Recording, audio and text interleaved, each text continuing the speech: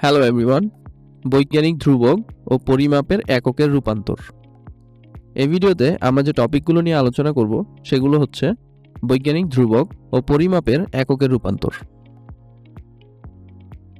বিভিন্ন ক্যালকুলেশন করার ক্ষেত্রে আমাদের বৈজ্ঞানিক ধ্রুবক নিয়ে কাজ করার প্রয়োজন হয়। আমরা দেখব কিভাবে ক্যালকুলেটরের মাধ্যমে বৈজ্ঞানিক ধ্রুবক ইনপুট দিতে হয় এবং তাদের মান বের করতে হয়। উদাহরণস্বরূপ নিউটনের মহাকর্ষ সূত্রে একটি সার্বজনীন ধ্রুবক জি রয়েছে। এখন আমরা দেখব কিভাবে জি ইনপুট করতে হয় এবং তার মান বের করতে হয়। প্রথমে আমাদের হোম কি প্রেস করে ক্যালকুলেট অ্যাপ সিলেক্ট করতে হবে এবং জি ইনপুট দেওয়ার জন্য ক্যাটালগ কি প্রেস করতে হবে। তারপর সায়েন্টিফিক কনস্ট্যান্টস অপশনটি সিলেক্ট করতে হবে এবং ইউনিভার্সাল অপশনটি সিলেক্ট করলে আমরা অনেকগুলো বৈজ্ঞানিক ধ্রুবক দেখতে পাবো। সেখান থেকে জি সিলেক্ট করতে হবে এবং জি এর মান দেখার জন্য এক্সিকিউট কি প্রেস করতে হবে।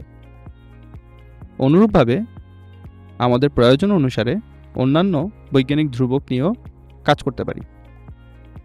এখন আমরা দেখব কিভাবে পরিমাপের এককের রূপান্তর করতে হয়। উদাহরণস্বরূপ আমরা দেখাবো কিভাবে বেগের একক কিলোমিটার পার আওয়ার থেকে মিটার পার সেকেন্ডে পরিবর্তন করতে হয়। উদাহরণস্বরূপ 36 কিলোমিটার পার আওয়ারকে মিটার পার সেকেন্ডে রূপান্তর করতে হবে। সেজন্য 36 ইনপুট দিতে হবে এবং ক্যাটালগ কি প্রেস করতে হবে।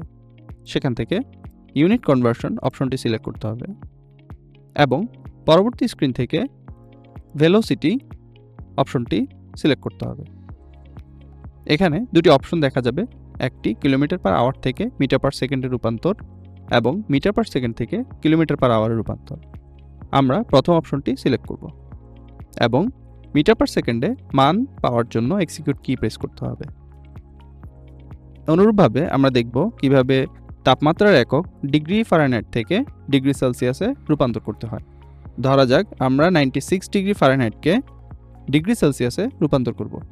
সেজন্য প্রথমে 96 ইনপুট দিতে হবে এবং ক্যাটালগ কি প্রেস করতে হবে। সেখান থেকে ইউনিট কনভার্সনস অপশনটি সিলেক্ট করতে হবে। পরবর্তী স্ক্রিন থেকে টেম্পারেচার অপশনটি সিলেক্ট করতে হবে এবং degree Fahrenheit to degree Celsius অপশনটি সিলেক্ট করতে হবে।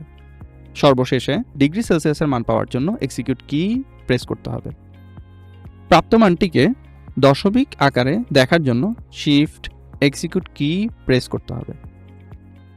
সঠিক ক্যালকুলেশন পাওয়ার জন্য সকলকে ক্যাসিও এর অরিজিনাল ক্যালকুলেটর ব্যবহারের জন্য অনুরোধ করছি। ক্যালকুলেটর অরিজিনাল কিনা তা চেক করার জন্য 4টি ধাপ ফলো করুন। প্রথমে ক্যালকুলেটরের হোম বাটন প্রেস করে হোম স্ক্রিনে যেয়ে সেটিংস বাটন প্রেস করলে একটি কিউআর কোড জেনারেট হবে। তারপর সেটি স্মার্টফোনের মাধ্যমে স্ক্যান করতে হবে এবং লিঙ্কে ক্লিক করতে হবে। লিঙ্কটি ক্যাসিও ওয়েবসাইটে নিয়ে যাবে। সেখানে স্ক্রল করে নিচে গিয়ে চেক লেখাটির উপরে ক্লিক করতে হবে। সর্বশেষে যদি নীল টিক চিহ্নটি দেখায় তাহলে বুঝতে হবে ক্যালকুলেটরটি অরিজিনাল। ভিডিওটি দেখার জন্য সকলকে ধন্যবাদ।